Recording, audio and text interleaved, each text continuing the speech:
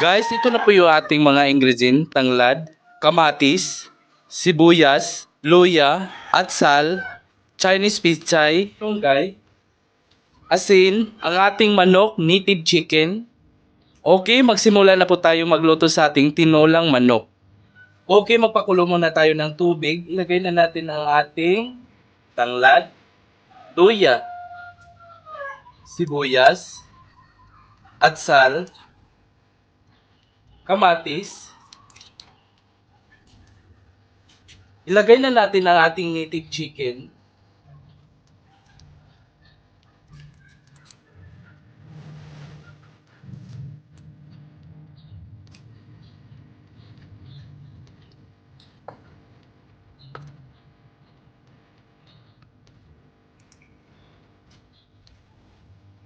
Takpan muna natin.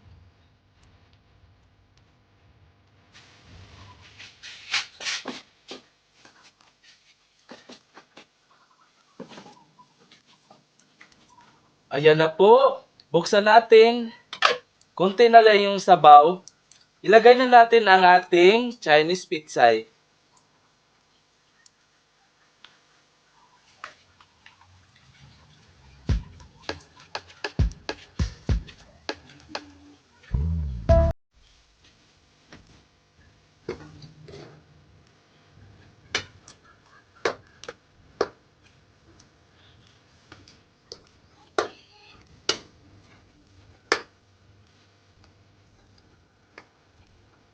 Kung gusto niyo dagdagan ng tubig, dagdagan nyo. Pero sa akin, okay na yan.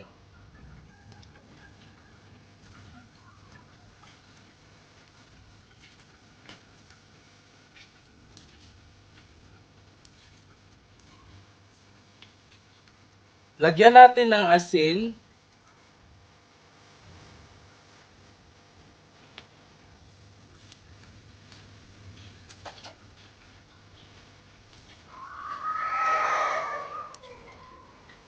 Ilagay na natin ang ating malunggay.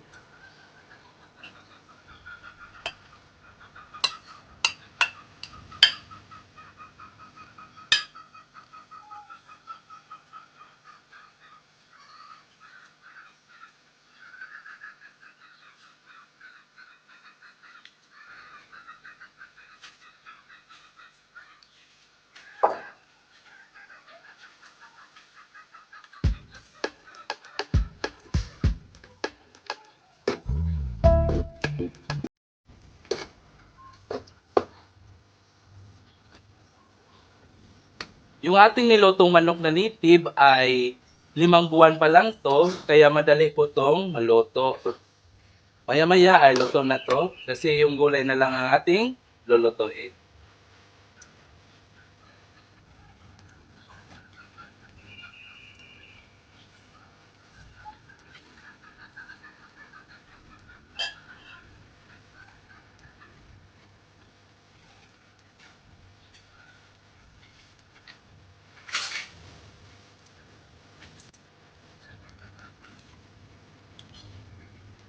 Po.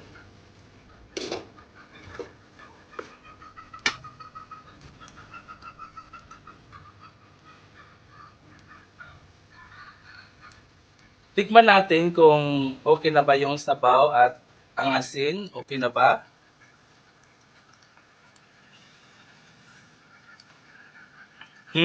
Napakasarap.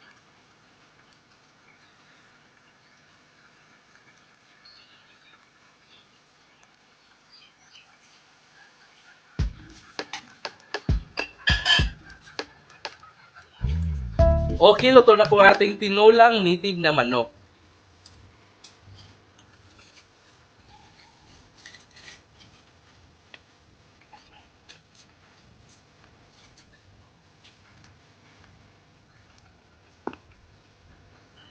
Okay, ito na po yung ating tinulang native na manok. Yan.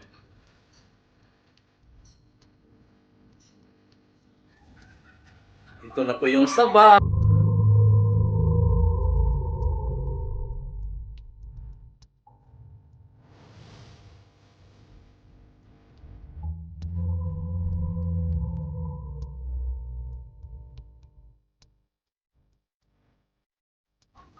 masarap ang ating tinolang native chicken. Ayan na po ang ating nilutong tinolang native chicken o tinolang manok na Bisaya. Kung nagustuhan nyo naman ang aking video na ito, huwag naman ninyong kalimutan mag-like, comment, subscribe, click notification bell para updated kayo sa bago i-upload kong video at pakishare na rin. Bye-bye!